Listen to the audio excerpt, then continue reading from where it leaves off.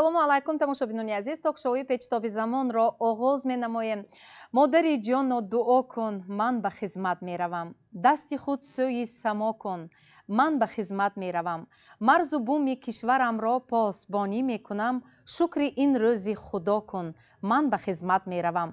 Хизмати модар ватан ин мактаби мардонагист, ғуссаро аз дил раҳо кун, ман ба хизмат меравам. меҳмонони азиз, ҳамаи шуморо ба студияи телевизиони Симои Мустақили Якум хушомадед гуфта, мавзӯи имрӯзаро бароятон кушода гуфта эълон мекунам ва унвони мавзӯи имрӯзаи мо чунин аст: аз хизмати худ пушаймон нестам. дар барномаи имрӯза мо дар мавриди тарбияи ватандӯстии ҷавонон суҳбат мекунем.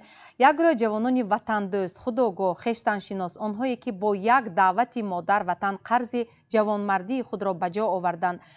наврасоне ки омода ҳастанд хизмати ҳарбиро ба ҷо оварда мактаби мардонагиву шуҷоатро гузаранд. иштирокчиёни барномаи имрӯзаи мо ҳастанд. насли ҷавон дарси зиндагиву мактаби нангу номуси мардонагиро аз падарону бобоёнашон меомӯзанд ва инак ман оғози барномаро аз як пурсиши афкори ҷомеа саркардани ҳастам. марҳамат, ҳама каса таваҷҷӯҳи худро ба экран равона мекунем. албатта донистонашон дар кор шарт ва зарур аст, лекин имрӯз бояд аз мактаб ҳамин корро оғоз кард, на фақат дар вақти даъвати баҳорӣ ё тирамоҳӣ, балки ҳамарӯза ҳама вақт. албатта рафтанашон дар кор акунум бисёриҳо ҳозир нарафтосия ҳисоби якум ҳамин нотинҷӣ гуфте аслаш рафтанашон дар кор бо хоҳиши худ мераванд. акум баъзе одамо алхе мӯли одам намераванд, ба муҳоҷират мераванд барои зиндагии худ. мӯли одам хизмати ватан модар ҳар як фарзанди ҷумҳурии Тоҷикистон карданаш саркор. ин қарзи ҳар як шаҳрванди ҳар як инсон. албатта шуморанд, ин ҳар як мард қаз ин не бо хоҳиши худашона меранд, албатта меранд. рафтан нахостосиян, лекин равад беҳтар мешуд. хоҳиши худаш рафтан, института тамом карда яксола хизмат барафтан. намедонанд, мегрезанд, намедонанд, бисёриш мегрезанд, мега хизмат модар ватан аст, бояд ки ҳар як шахс хизмата кунад. оное ки намераванд ва метарсанд маълум аст ки намераванд ва ватана дӯст намедоранд. оное ки имрӯз дар сафи қуввои мусаллаҳ рафтанд ва оное ки бо хоҳиши худ рафтанд, яъне ки ин чиза барои худ шараф медонанд, обрӯ ва эътибор медонанд. ва ман чӣ гуфтанам, вақте ки модари ман, хоҳари ман дар ин ватан аст, ман чӣ хел ҳимоя ва шараф наҳисобам. ва одамое ки ҷавоное ки бо хоҳиши худ рафтанд, албатта ин чиза шараф донистанд ва ба сафи қуввои мусаллаҳ пайвастанд. ва имсол ҳам мо аллакай чанд донишҷӯе дорем ки азм доранд баъди хизмати ҳарбӣ ба сафи қуввои мусаллаҳ сафар баргарданд. имсол санаи 15 феврал аз баровардани қӯшунҳои ҳарбии иттиҳоди ҷумҳуриҳои шӯравии социалистӣ аз хоки Афғонистон 35 сол пур шуд. чанд тан аз онҳое ки он замон ватан даъват карда буд, имрӯз дар барномаи мо иштирок доранд ва инак шумо ҷанговарони интернационалист ҳастед. ва замоне ки ба хизмати ҳарбӣ сафарбар шудед, шумо чанд сола будед? вақте ки манро ба хизмати ҳарбӣ даъват карданд, ман дар он вақт унвони ҳарбӣ лейтенанти калон доштам ва 31 сола будам. 5 нафар фарзандам буд, фарзанди хурдӣ 6 моҳа горанда буд. вақте ки ватанро лозим донист, мо далерона бо сари баланд рафтем, хизматро ба ҷо оварда омадем. вақте ки ҳозир акун 2-3 дам бо дигар гапга майлаш ме. вақте ки ҳозиро фарзандони мо, набероҳи мо синни даъват ба омада расиданд, ин як ифтихори бузурги мо мебошад, барои ки мо онҳоро тарбия кардем. худи ҷанг як даҳшат аст. дар хоки Афғонистон аз вилояти мо 15,000 рафтанд, 3,000 рафтем, аз Тоҷикистон 15,000, дар хоки Афғонистон 87 нафар ҷавонони мо аз вилояти мо дар он ҷо шаҳид шуданд. шумо гуфтед ки 31 сола будед? 31 сола будед, яъне то ин фурсат шумо аллакай хизмати ҳарбиро иҷро карда будед ва рутбаи аллакай ҳарбӣ ҳам доштед? ман вақте ки дар институт мехондам, дар онҷо кафедра ҳарбӣ буд, дар онҷо ман гузашта будам. ман ҳарбӣ рафтагӣ набудам. фаҳмон, кафедраи ҳарбиро таҳсил кардед. даъват карданд, оҷизона рафта расидам. акнун давоми гап, این خدمت آدم وطنش باید دوست دارد. وطن رو دوست داشتن این باید خواند، علم آموزد، هنر آموزد، خدمت وطن مادر را کند. خدمت وطن این یک مکتب حیات میباشد. وقتی که جوان در خانه میباشد، پدر و مادر، برادر، خواهر بعضی وظیفه‌ها را آن را اجرا میکنند. او اجرا نمیکنند. وقتی که او با هرچی ملی میرود، خودش لباسش رو گزبان میکند، خودش لباسش رو میدوزد، با مشغول سهاری را دیگر خود میپزد، مستقل میشود، شخصی برکمال میشود. در آن وقت میفهمد قدر پدر و مادر چی بود. وقتی هرچی ملی خدمت که میاد در آنجا علاقه مستقل میشود و حد رو میفهمد. برای آینده خدمت تیار باشد. تشکر، سلامت باشد. وقتی شما رو دعوت کردن پدر و مادر با همین دعوت وطن چه خیلی مناسبت کردن پدر و مادر والدین شما؟ من وقتی که 26 ساله شدم oile داشتم، 2 فرزند داشتم. من هم افسر بودم. من رو دعوت کردن. من هم oileme مونده برای خدمت وطن رفتم. چون قرضی فرزندی هر یکی ما است. ما برای چه نمی رفتیم؟ ما باید قرض اجرا کنیم. وقتی که ما خرد بودیم دولت برای ما پول جدا کرد. برای کلان شدیم ما حمایه گرفت، حمایه سرحد کرد. ما کلان شدیم. برای چه کلان شدیم؟ بعد که برای خدمت حربی نمی رویم. چون ما باید رفتن مدرکا. برای اونکه این وطن از ما است، این خاک از ما است. چکل که میگویند خوری وطن از تخت سلیمان بی است. این را آدم همون وقت میفهمد که به خاک دولتی بیگانه رود. خاک آدم را میکشد. برای همین ما پیش از همه همین وطن خودمان رو دوست داریم. چون که وطن ما رو یگان نفر آمده بهتر کرده نمیدهد. ما خودمون بهتر میکنیم. برای همین جوانان عزیز، فرزندان عزیز، شما فراموش نکنید که همین خاک از آن ما و شما است. آینده دولت در دست شما است. شما باید فکر کنید که در همین شرایط من همین روزه ما آسمانی صاف داریم. تشکر به همین پیشوای معظم ما که به همین درجه بلند دولت پرو رفته را فلج رفته را به همین دولت بسیار خوب آورده رساندن. پدر و مادرتان چه خیلی نگاه کردن به همین دعوت؟ پدر من علاقه گذاشته بودن. خیلی مادرم چی میگویند؟ مادرم گفتن خط برای شما این قرض است.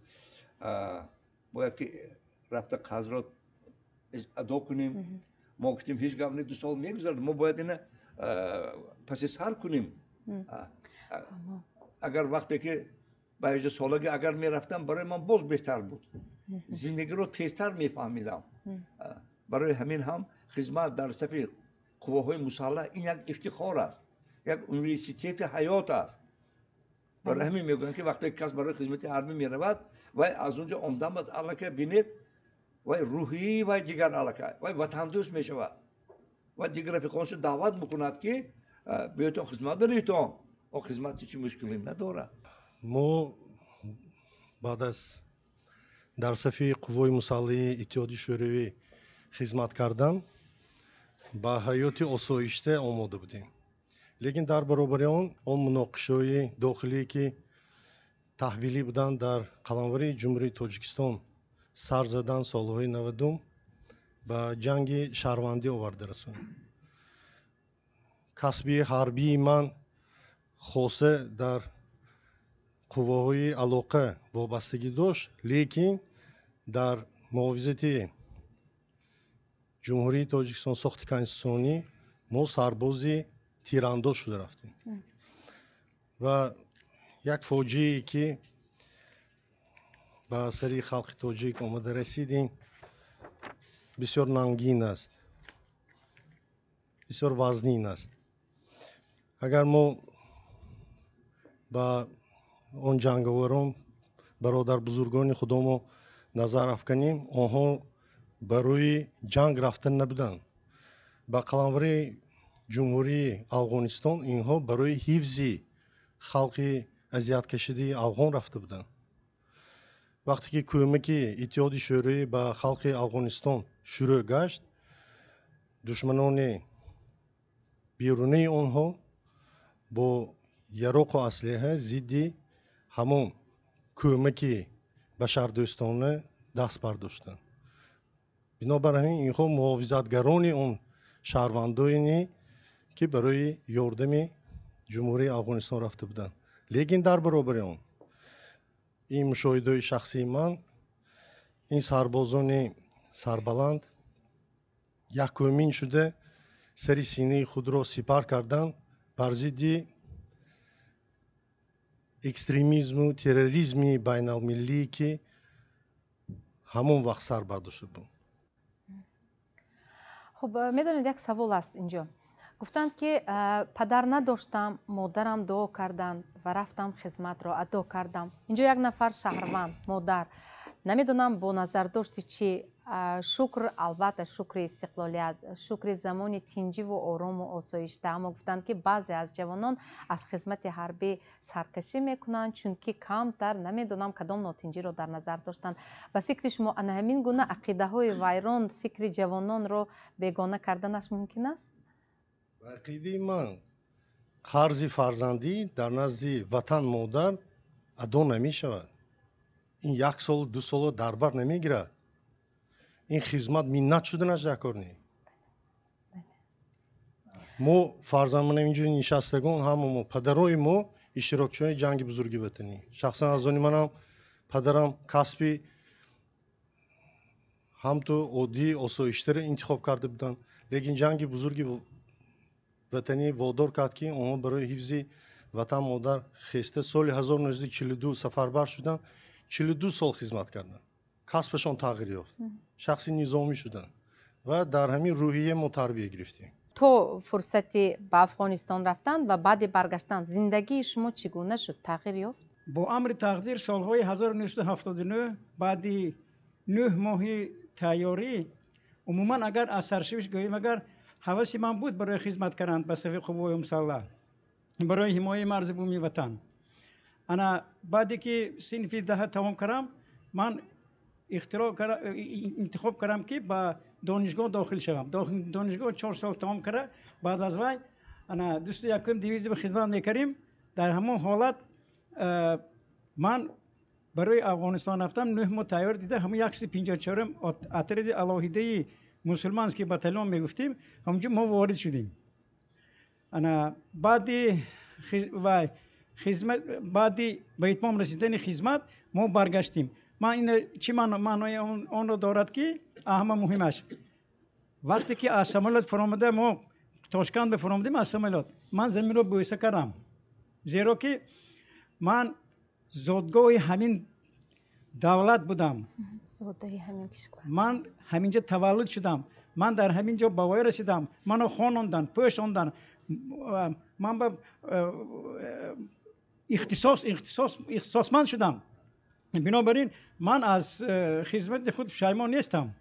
باید در اساس ماده 43 و کنستیتوسیون جمهوری تاجیکستان هر یک شهروند باید مملکت خود را حمایت کند. بنابراین در حاضر زمان معاصر باید هر یک شهروند، هر یک جوان مرد، جوان پسر در اساس قانون درباره عهدهداری حربی و خدمت حربی زن‌ها هم حقوق دارند حاضر خدمت کردن به در اساس ماده 30. بنابراین من پیشنهاد میکنم، توصیه میکنم که روان خدمت کنن، من مرحمت و حیات خود را با خدمت حربی یا که رتبه حربی وابسته کنند. تشکر، سلامت باشد. از اون روز 35 سال گذشت اما شما برای خود سبق یک عمره گرفتید و از همین قسمت خود شما راضی هستید؟ البته از قسمت خود راضی هستم زیرا که خیلی که در اینجا بیان کردم خدمت در صف قوای مسلح این خودش یک شرف است برای هر یک جوان مرد. خیلی که از گفتن پدر و مادری شما راضی هستید بودن یا نبودن، یک در خاطرم اینجا از یک چیز آمد که حاضر در کمیسی دعوت چند سالهای طولانی است که در کمیسی دعوت اعضای کمیسی دعوت میباشم و چندین نفر پدر و مادر را آماده مراجعت میکنن که فرزند من بگذار در همین ولایت سوخت برای خدمت کردن یک مساعدت کنید. وقتی که در افغانستان در مشق‌های حربی را در تاشکند میگذراندیم و پدر و مادر من آمدن و پرسیدن که پسرم فلان چی الکه اونجا بیان کردن که در افغانستان آمادگی داشت که به افغانستان میفرستانیم و همان وقت یک پسر خالم که дар як мақоми роҳбарӣ кор мекард ва гуфт ки биё амир тия гиром немонем амин дар Тошканд хизмат мекунем. ва падарам ки дар ҳамонҷо буданд гуфтанд ки чанд нафар шумо? ман гуфтам 50 нафар. 50 нафар ҳама мерад? гуфтанд ҳама мерад. падар гуфтанд ки тақдираш агар Афғонистон бошад биё дар Афғонистон браваду ҳамонҷо сиҳат саломат бармегардад. ин тақдири худо ва аз роҳи тақдир гурехта намешавад. бигзор ҳамонҷо. баъд به خودم فکر کردم که بینید که همان وقت وطن دوستی تا چه اندازه بود برای هر یک انسانی که همون وقت در بگذار در دولت اتحاد شوروی تربیت یافته باشد، لیکن در همان وقت حسی وطن دوستی هم جوانان هم نفرانی که هم شهروندانی که در اتحاد شوروی زندگی میکردن یک حسی وطن دوستی بلند داشتند و پدر گفتند که بیا رو خدمت کن بیا. برای همین حاضر جوانان مراجعت میکنم که خیلی که گفتم باید که امروز برای حمایت وطن خود آماده باشند و به صف قوای مسلح خدمت کنند. ما امروز از اون نفران افتخار میکنیم که در صف قوای مسلح خدمت کرده ایستادند. تربیه وطن دوستی جوانان به فکر شما از کجا سر میشود؟ البته چنانکه که از نواری نشان دادگاهاتون دیدین یک چند نفر این فکر خود را گفتن که از مکتب. من هم به این فکر راضی هستم. بهکار نیست که هم در وقت دولت شوروی و حاضر تاجیکستان صاحب استقلال ما در برنامه‌های مکتبی درس آمادگی ابتدایی حربی گذاشته شده است. یک چند مراتب ما معلمان ابتدایی حربی مراجعت کرده بودیم که همین درس 2 ساعت کنند. لیکن در دوام 1 ساعت هم کوشش کرده ایستادیم که خوانندگان برای آینده وقتی که به خدمت وطن میروند باید با تیاری پخته روند. غیر از این البته وظیفه ما معلمان از این عبارت است که آنها را در حقیقت در روحی وطن دوستی، خودشناسی، غرور ملی، خودشناسی ملی و باز هم اعتماد ملی، همین اعتماد ملی به فرهنگ به دیگرها به گذشتگان وابسته کرده میشد. من با سمیران میگویم که یکمش اعتمادی ملی مایان من همین در همینجا نشسته بر مردم که در حقیقت اینها هستند. اعتماد همین بودن اینها اینکه سپیتامین دیواشتیچ اونا هم اعتماد ملی ملتی ما ملتی بزرگی قدیمی تاجیکان ما می باشد. من در اینجا اشتراکچیانی جنگ افغانستان برقرار کنندگان ساخت کنستیتوسیونی ممکن است که برقرار کنندگان صدمه چرنوبیل هم هستند نیستند. ما بسیار در مسابقه آنها تشکیل کردگیشان اشتراک میکنیم. همین 14 سال انا رئیس اینجا شاهد 14 سال ما اشتراک کرده ایستادیم در مسابقه حربی ورزشی برای دریافت جام جنگاوران اینترنشنالیست. این جام گذرانده 11 مراتب خوانندگان گیمنازیه غالب آمدن در دوام 14 سال. ما با اینا خیلی همکاری زیست داریم در مسابقه هایی که حربی ورزشی در بیواسطه خودی گیمنازیه بخشیده به روز ارتش ملی ما هم میگذرانیم. خیلی تیزتون شدید میگذرد چون که شماره صنف های ما هم زیاد حاضر 8 صنف 11 داریم 8 صنف 10 داریم. مکتبی ما از جهت شماره زیاد میباشد. همه وقت آنها نوری دیده تاج سری ما هستند آمده اشتراک میکنند داوری هم میکنند غیر مهمانی ای با سخنهای خیلی تاثیرناک خود به خوانندگان نورسان یک باز درس حیات را نزدیک شدن و آموختن و چیکردن داده میروند. چنانکه که حاضر رفیق پالکونی گفتن با واسطه ماده 30 سرقانون جمهوری تاجیکستان حتی دخترها هم خدمت کرده میتونن. من اینو درس‌ها میگم مثلا در دولت اسرائیل به واسطه از 18 سالگی الکی هم دختر هم پسر دعوت کرده میشه. مثلا دولتی یکی از دولت‌های دیگر نروژ در آنجا خودی زنها طلب کردن که برای چی حقوق مرد و زن برابر لیکن زن رو به خدمت دعوت نمیکنه. خیلی ما معلومات‌های زیاد میتیم. حتی دخترکانی ما هم میخواهند که همچون گرد آفریدانی پیشتره قهرمانان خلقی تاجیکی ما баъзеҳошон мехоҳанд ба хизмат раванд, ҳатто талабам карда буданд ва бевосита бисёр он амалиётҳое ки дар вақти хизмат зарур мешавад онҳо аз худ кардаанд. дар рафти барнома мо ҳатман аз чусту чолокиву омодагии онҳо боз дидан менамоем ва алҳол инҷо фирдавсҷон фахриддинзода ман шуморо ҳамчун як нафар ҷавони хеле фаъол, ҷасур, ба нангу номус ватандӯст мешиносам ва шумо яке аз он нафароне мебошед ки воқеан ҳам хизмати модар ватанро сарбаландона адо намуда имрӯз кору фаъолияти худро, зиндагии худро идома дода истодаед ва аз хизмати худ пушаймон нестед?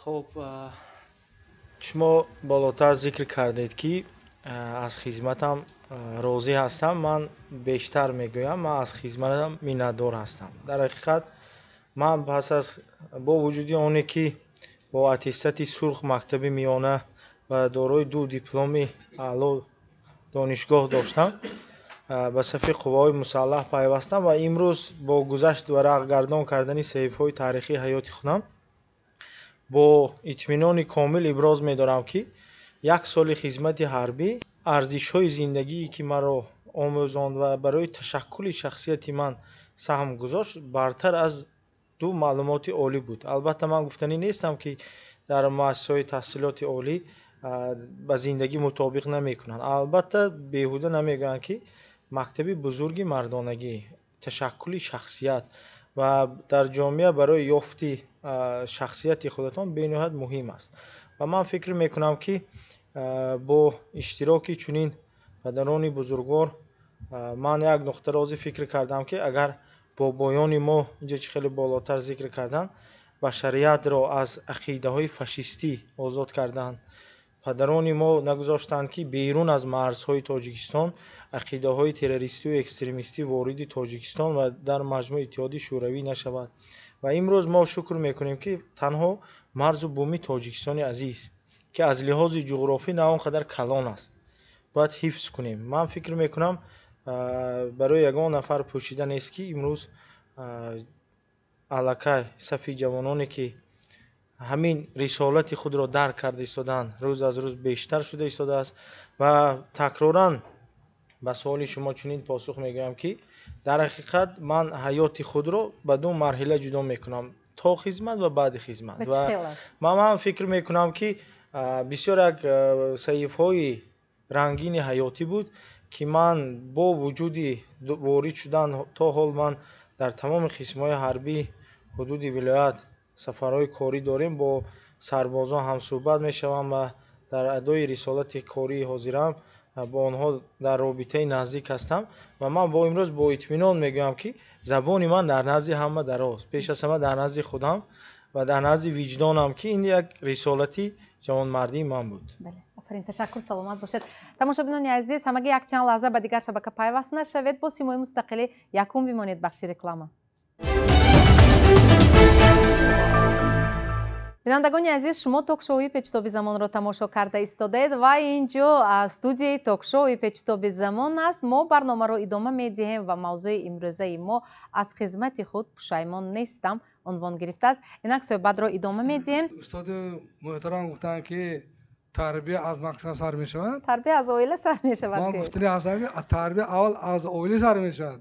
барои ки фарзанд нисбати мактаб дар оила падару модар ки агар ватандӯстиро меҳру муҳаббатро ба фарзанди худ талқин диҳанд, он вақт мактаб ҳамроҳ мешавад ва кор нуран ало нур мешавад. ба фикри шумо назар ба чанд сол қабл имрӯз ҷавонон ҳамин доштани шарафи мардонагӣ, нангу номуси ватандорӣ, масъулият, вазифа ва ӯҳдадориҳои худро пеши ватани маҳбуб ба хубӣ эҳсос карда истоданд? Бед камтар инҷо таҳлил мекунем. Назар ба чанд сол қабл имрӯз аллакай ҷавонон ҳамин масъулияти ватандориро эҳсос карда истоданд? албатта аз солҳои истиқлолияти ҷумҳурии Тоҷикистон агар ҳисоб кунем, ҳозир назар ба пештара ҷавонони мо масъулияти худро назди ватан, халқ беҳтар ҳис карда истодаанд. Агар мо ба хотир биёрем, ҷумҳурии Тоҷикистон, қувваи мусаллаҳаи ҷумҳурии Тоҷикистон дар як вазъи мутасаннич 21 فوریه سال 1993 تشکیل شده بود که و ما از دولت اول قدرت اتحاد شوروی یگان جزء تام یگان لوازمات یگان چیز مانده نبود ما آن را از صفر سر کرده بودیم حاضر ببینیم قوای مسلحه جمهوری تاجیکستان به یکی از قوای مسلحه بهترین آسیای مرکزی به حساب می رود اینچنین من همچون سابق کارمند کمیسیون حربی که در آنجا من از سال 1994 تا 2006 به صفت سردار شعبه سیون به صفت سردار شعبه 4 خدمت نمودم بی‌واسطه با سفربرکنی جوانان در شهر خوجند مشغول بودیم از فرصت استفاده بوده به همه جوانان مراجعت میکنم که پس به سن 18 که در آمدید خود را نامنویس کرده خدمت وطن را اجرا کنید اگر ما شما خدمت وطن را اجرا نکنیم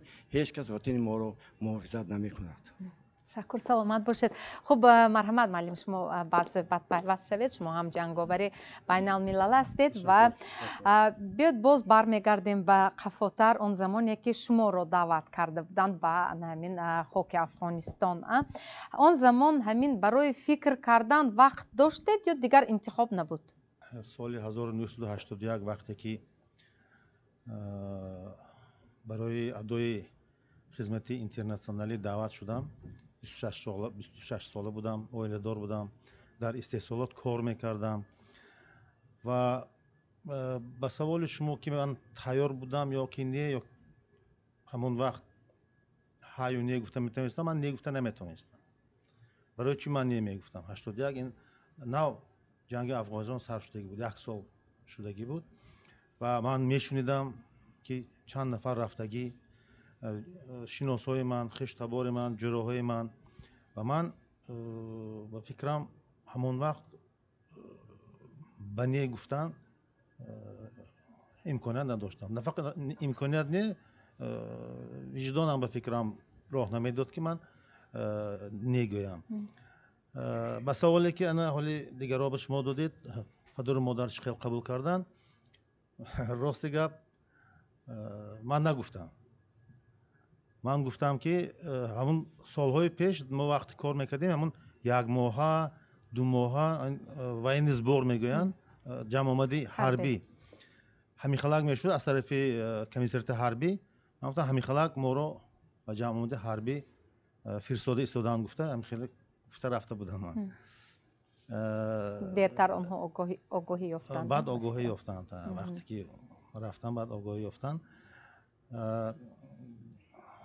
خیر ما وقتی که به خاک افغانستان داخل شدیم ما نه فقط یاری بشرانی خود را به همسایه دولت دوست به ما از روی دعوت آنها اشتراک کردیم و خاک آنها را حمایت کردیم بلکه سرحد خود را هم سرحد اتحاد شوروی را ما هم حمایت کردیم آن زمان سیاست بسیار پیچیده بود و ممکن نبود که امکانیت نبود که اتحاد شوروی با دعوت به التماس یا گوییم که حکومت افغانستان نگوید امروز اطراف این مسئله ها اطراف همین قشون هایی که اتحاد شوروی داخل شدن به دو لاگر جدا شدگی ضد هستند و طرفدار هستند من طرف دوم یعنی طرفداری داخل کردن اتحاد شوروی چون که اگر ما همون سال همون شب و روز حتی شبانه روز تقدیر را حل میکرد اگر داخل نمی شدیم امکانیتی دیگر دولت ها داخل شده و قفای دیوار دولت ما جمع کردنی گوییم که سلاح های خود رو داشتن برای همین اتحاد شوروی هم مجبور بود هم التماس راهبریت افغانستان را رد کردن نمیتونست رد کردن نتوانست و من همینقدر البته جنگ به تلفات نمی شود البته افسوس جوان مردا 18 ساله 20 ساله جوانا شهید شدند. он вақт шумо негуфта метавонистед, яъне аз пайи дигар кору бори зиндагиятон шуданатон мумкин буд вақте шуморо даъват албатта вақте ки моро даъват карданд, ҳамон генерал омада буданд аз Москва. ҳамон савол доданд ман ба русик буд ва одам рус буданд. ман гуфтам ки синок ты хочешь, мы хотим отправить тебя в Афганистан, гуфтам. ман гуфтам хорошо, согласен, гуфтам. Одама нигоҳ карду, иди, гуфт, рафта истам, подожди, гуфтам, гашта биём, гуфт ки почему ты сразу согласился, гуфт. ман гуфтам, прежде чем задать этот вопрос, вы сколько месяцев меня изучали, гуфтам. ҳамба муаллима ҳақиқат гуфтани ҳастам ки мо афсарона фирсондастагида ҳама тарафа моя аз худ мекарданд. пеш аз унҷо фирсонда пешниҳод карданд. ҳамба мо бугун ки рафиқхона ҳам рафтим фахр кардам дар кор ки ҳар касе намефисондам. аз роҳи тай кардаи худ розӣ ҳамин ҳастед? ки албатта розӣ ҳастем, миннатдор ҳастам. мана омадем аки падару модар гуфтанд бои мани рафиқама манам тасдиқ мекунам. падари мо ёш гузашта буданд, модарам танҳо буданд, ман гап задагӣ набудам. ман гуфти ино гуфтанд ки мо беларус хондан рафтем, гуфтиму ҳай мурури замон ки баъд маҷбур шуда бошам. ман гуфта будам ки ман ҳамон вақт вай маркази савдо сохтаг ба сохтмончиҳои иттиҳоди шӯравӣ. агар шунида бошитон шумоҳоям, иттиҳоди шӯравӣ на танҳо онҷо ҷанг мекард, онҷо шаҳраки шӯравӣ вай мағоза, мактаб, кӯча, роҳу хонаҳои бисёр сохта дода буд. ҳолиам миннатдор ваҳо. ҳамҷун ман модар буд онҷо хонангаҳо мактуб менавиштам ки ман дар ҳамон сохтмон, ман худам ихтисосам сохтмон, ман сохтмон кор ҳастам гуфта будам. ростиша гуфтагӣ набудам. фаҳмо, ташаккур, саломат бошед. хуб, марҳамат, шумо чӣ? хуб, инҷо баландгӯяк ҳаст. мактабе ки шумо гузаштед дар зиндагӣ, дар идомаи зиндагии шахсии шумо ба кор омад? баъд аз мактаб ки мо даъват шудем сафи қувваҳои мусаллаҳа, онҷо як мактаби мардонаге гузашта истода обутоб ёфтем. бо чолоку чақонтар шудем, бақувваттар шудем, чунки режим кади ки ҳама корро ташкил карда мешуд. аз саҳар соати 6 аз хоб мехезонад, як бор машқи пагоҳи рӯзӣ, баъд аз машқи пагоҳи рӯзӣ дастури шӯю, баъд хӯрок соату вақташ кадӣ.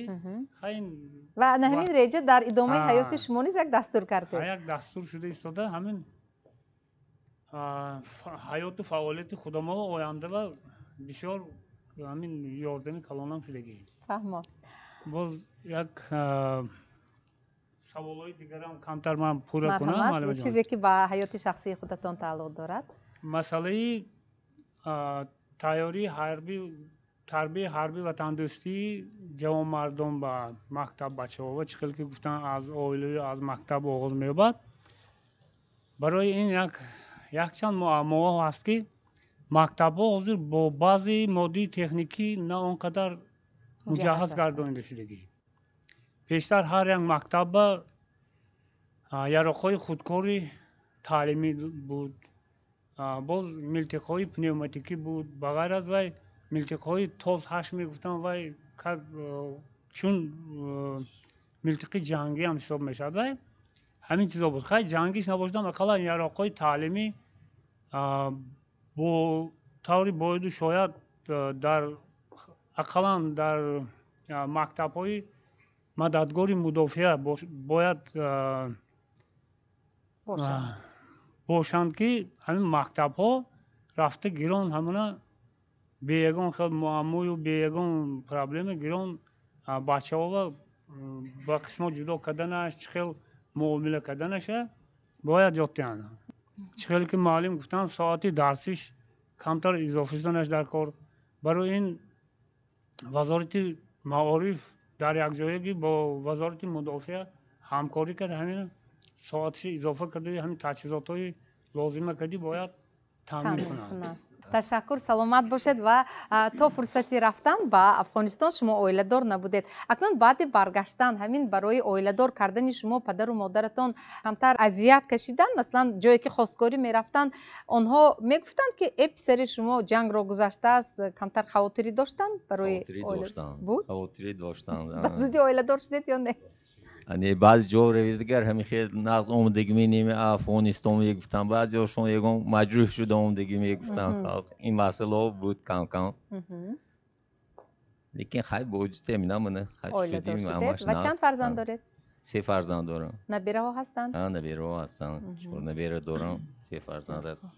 آنها از شما افتخار می‌کردگیستند. البته. پدر قهرمان دارند. حالی گفتی اینو و باید پیش رفتن مویم پیش و موهی من مکتب تمام کردیم، پیتیو خوندگیم و بعد همون موهی آگوستند ما پریزیفومو 87 موهی نویابر.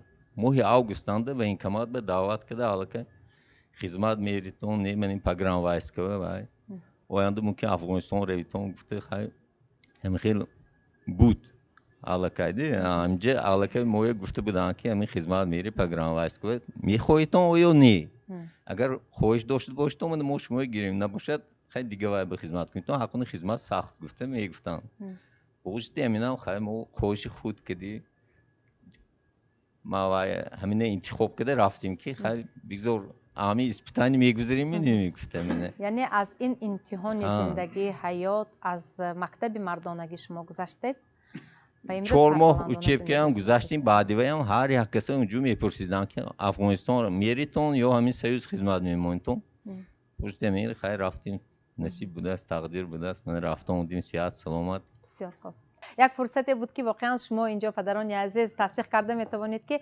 جوانی که خدمت را ادا نکرده است به وی حتی دختر نمیدادند و یک زمانی متاسفانه شد که جوانی که به خدمت حربی میرود به وی برای دختر دادن کمتر هراس میکنند. همینجا خوب خوانندگان مکتب میانه نشستند، دخترکان شرم ندارد، لیکن من وظیفه دار هستم که از شما پرسم آینده نصیب باشد البته وقتی به وی میرسید کدام شما جواب میگوید؟ خوب وقتی خواستگارها میآیند البته خواهش خود شمایان نیست حتما باید از جانب پدر و مادر به اینابت گرفته شود. جوانی که از خدمت حربی گذشته است با وی عائله برپا کردن میخواهید؟ البته این یک فخر است. اگر نرفته باشد چه به خدمت حربی میفرستونید؟ ممکن.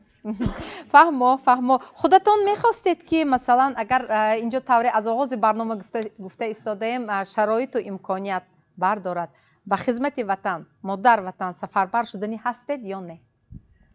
این حال چون من علاقه اختصاصی خودم رو انتخاب کردم نه، لیکن اگر پسر می بودم میرفتم. اگر پسر می بودید میرفتید. الان نقشه های شما دیگر خیلی طرح ریزی شده است.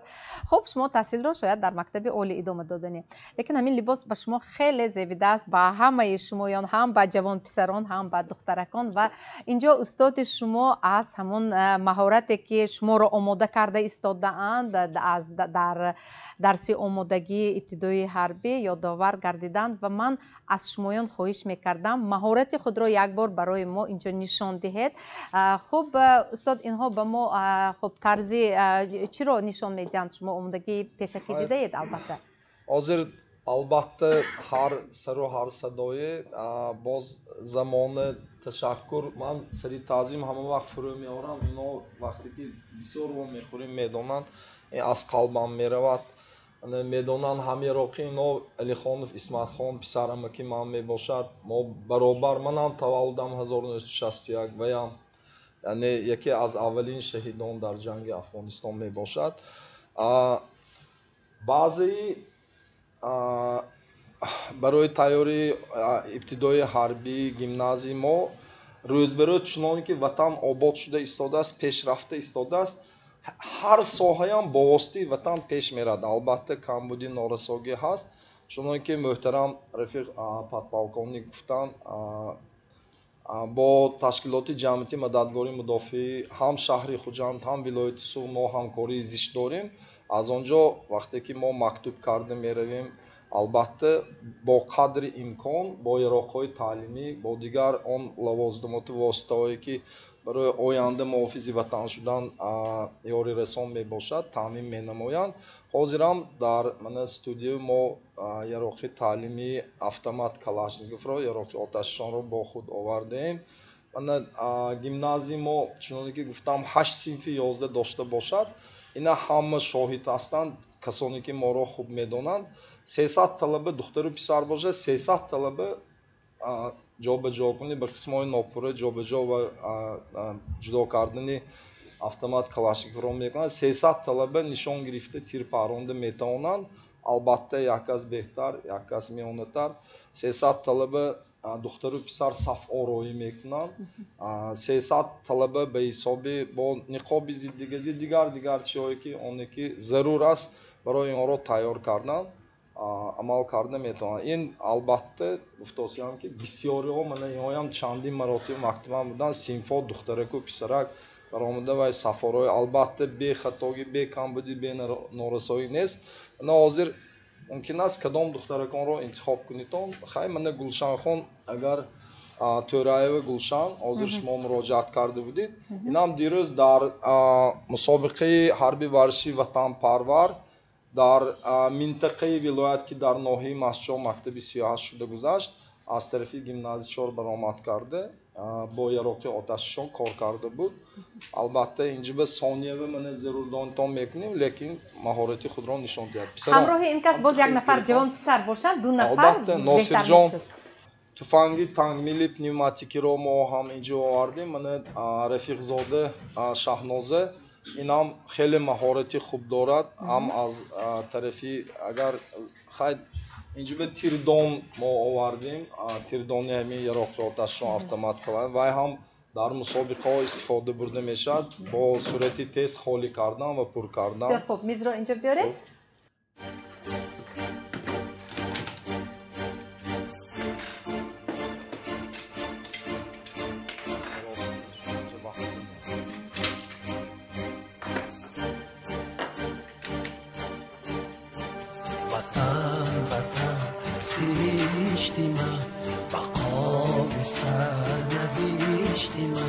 زمین زرد و هیشتی من بهشتی من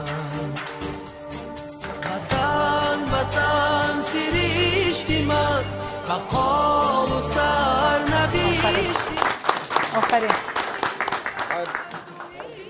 بیواسطه اگر قسم مکانیزم های آنها را هم اینا همشان از نه تنها اجرا میکنن بلکه نامبر کرده میتونن. نام به نام میدونن. این من سالیف ناصر جان این هم چمپیونی شهر و ولایت اوید به قسمای ناپوره جدا و جابجا کنیم. خب بسیار خوب. اول همین وقتی که به قسم ها جدا میکنید نام بر کنید یک بار قسم های اون رو. من میکروفون رو میدارم. به زبان روسی؟ خیلی اجازت میدهید.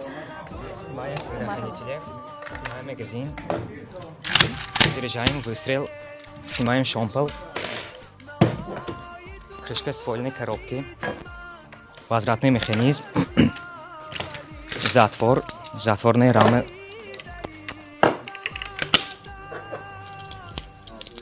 Газовые трубки.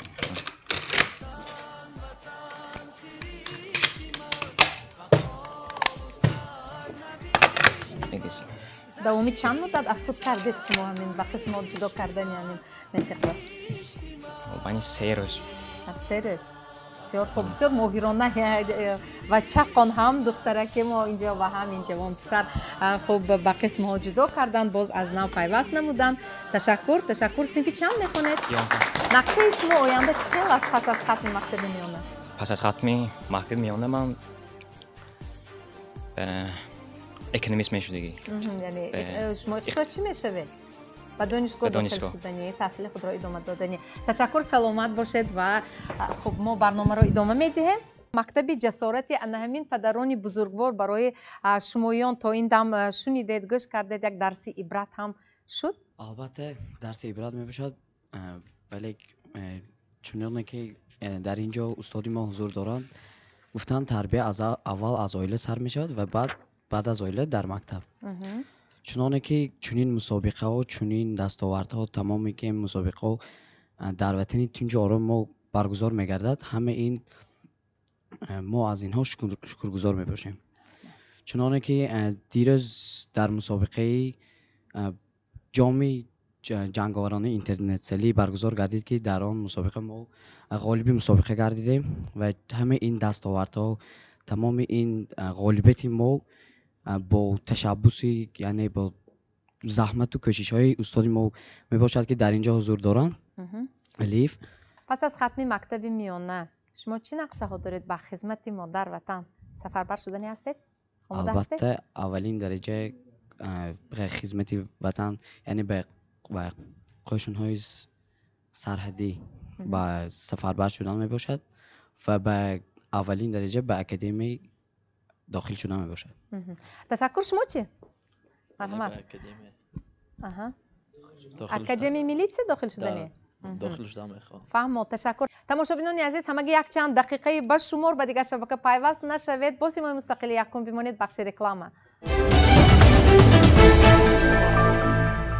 از خدمت خود پشیمان نیستم. چنین است موضوع امروزه پیچتابی زمان و ما برنامه را ادامه میدیم و قبل از همه ما نگاه کردیم دیدیم که چطور جوانان ما نسل نورست چست و چالو کنه آمادگی جدی گرفته ایستادند و البته جوان پسران اقرار شدند که به خدمت حربی الکی آماده هستند و پس از ختم مکتب میانه البته به خدمت مادر وطن سفربر میشوند و از همین خب آمادگی هایی که امروز جوانان ما نشان دادند اینجا و ما دیدیم شما احساس میکنید که واقعا هم جوانان امروز باز یک حس مسئولیت شناسی بلند را کسب کرده ایستادند.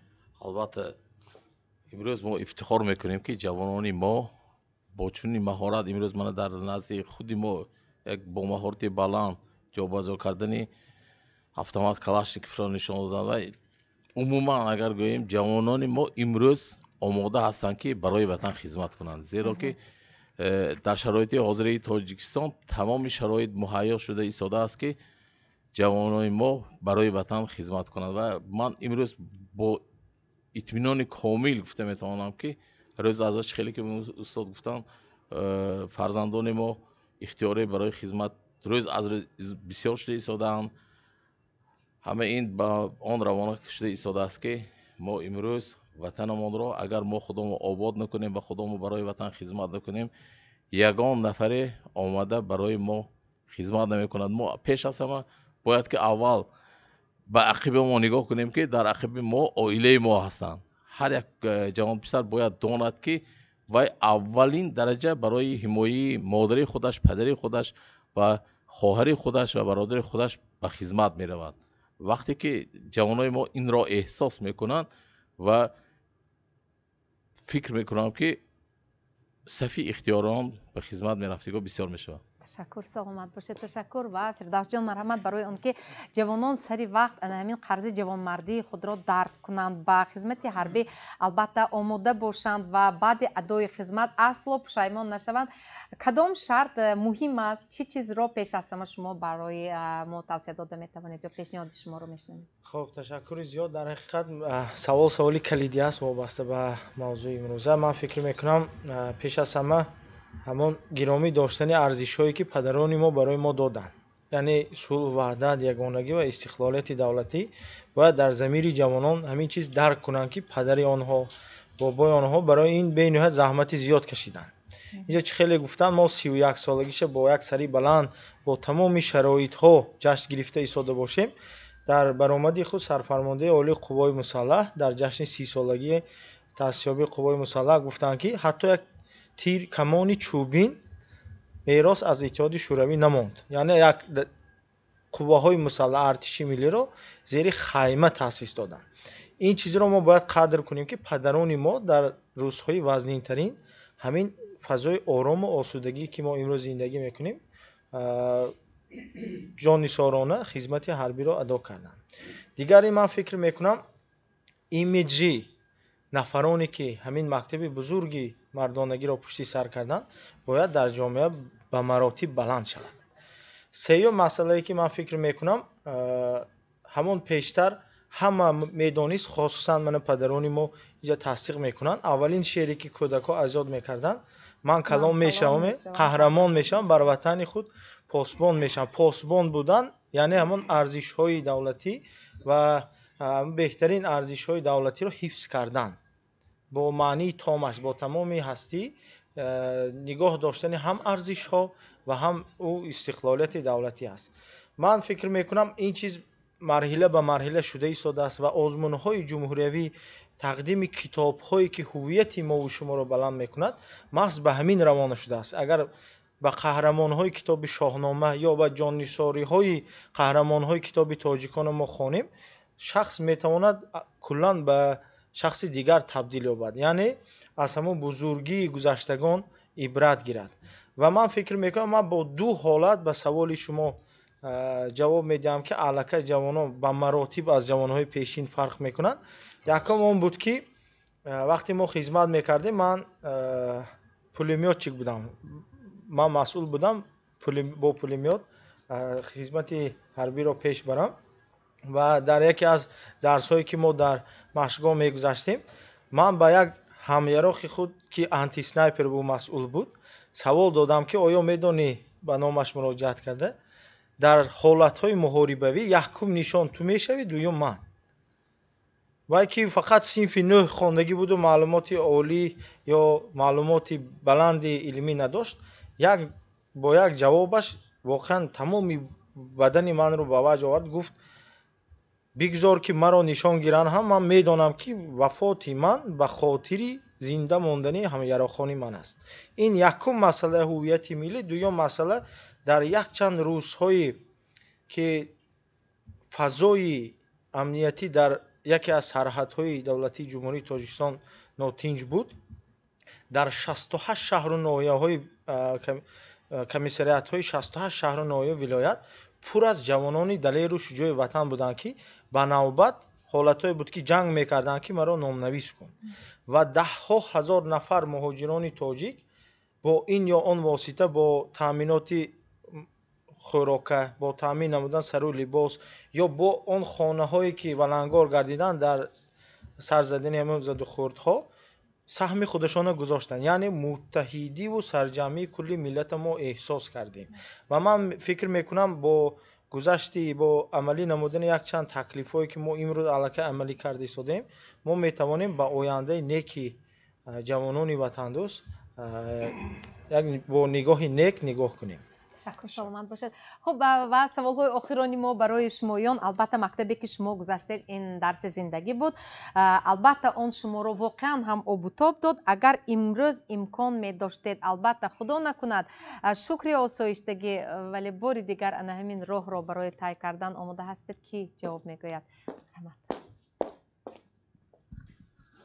تشکر زیاد.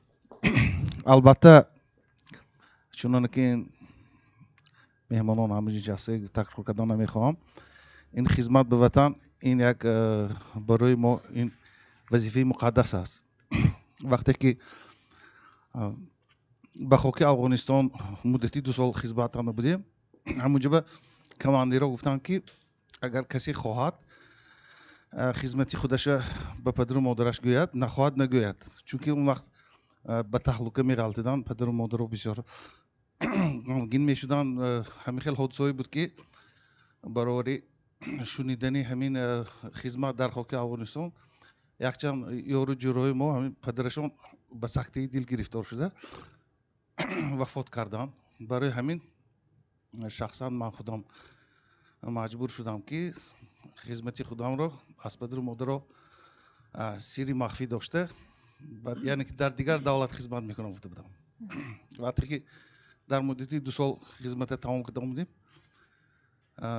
یگان کس از همین اویلی من از یگان خیشتبار نمیدونست که من در خاک افغانستان بودم و شکر خداوند صحت و سلامت برگشتیم، اویله دار شدیم، صاحب فرزند نبیره داریم و خرسند هستم از این خدمت کردگی. زیاد من 2 اشاره دارم. یکم اشاره به خاطر اون که پروفسور غازبیک فوزی قید کردن خاکساری انسان رو نشان میدهد.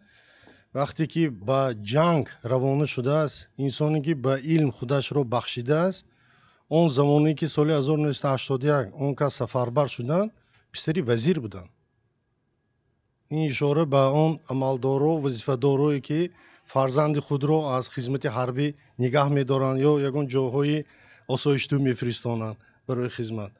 من این تربیت همه اویله نشان میده. ما افتخار میکنیم و برای ما اینا نمونه عبرت است. دوم من اشاره میکردم به وزارت معارف و علمی جمهوری تاجیکستان و وزارت مدافع، با اون شخصانی که فداکارانه به همین دفاع حربی آموزگار شده فعالیت میکنن. امروز جنگ کلا تغییر یافته است. در عصر 21 اون شکل تکنولوژی گرفتگی، اون شکلایی که حاضر یراق اصلی سلاحی که در جنگ استفاده برده می شود در محاربه جنگی کلا تغییر یافتگی. حاضر ما میدونیم، افسوس میخوریم که حاضر ما یک اتوماتیک کلاشنکوف که سابقه 80 سال دارد اون رو موازه آموخته ایستادیم. یراق اصلی تغییر یافت. این به مقصد اون که ما دفاع کنیم، نه به خاطر اون که قربان شویم. وطن را حفظ کردن این به خاطر غلبه کردن است از ناخلفان. هم به من توصیه میدادم که اگر وزارت مدافع یک قسمی مبلغ ها را وزارت معارف و علمی جمهوری تاجیکستان برای خریداری درون ها، هواپیماهای بی سرنشین برای آموزاندن همین جوانان صرف کنند و این سکسیونی که در همون نزد مکتب ها هست مبلغ گذاری کردن لازم است. البته خدمت به وطن پیش از همه قرض و وظیفه حقوقی، اخلاقی و تندرستی هر یک شهروند است. خدمت حربی دلیری و جسوری و جوانمردی هر یک نفری به ننگ و ناموس را طلب میکند. هنوز از دوره مکتب خوانی به جوانان باید خدمت حربی را عمیق و دقیق آموزاند. هر یک جوانمرد بعد ختم مکتب میانه خدمت به وطن را وظیفه اولین درجه خود باید داند، چون که مهمترین مکتب آبوتاب برای جوانان این خدمت در صف قوه‌های مسلحه مملکت است. باقی برای اشتراکتان در این برنامه سپاس. تا برنامه دیگر در امان خدا باشید. خیر.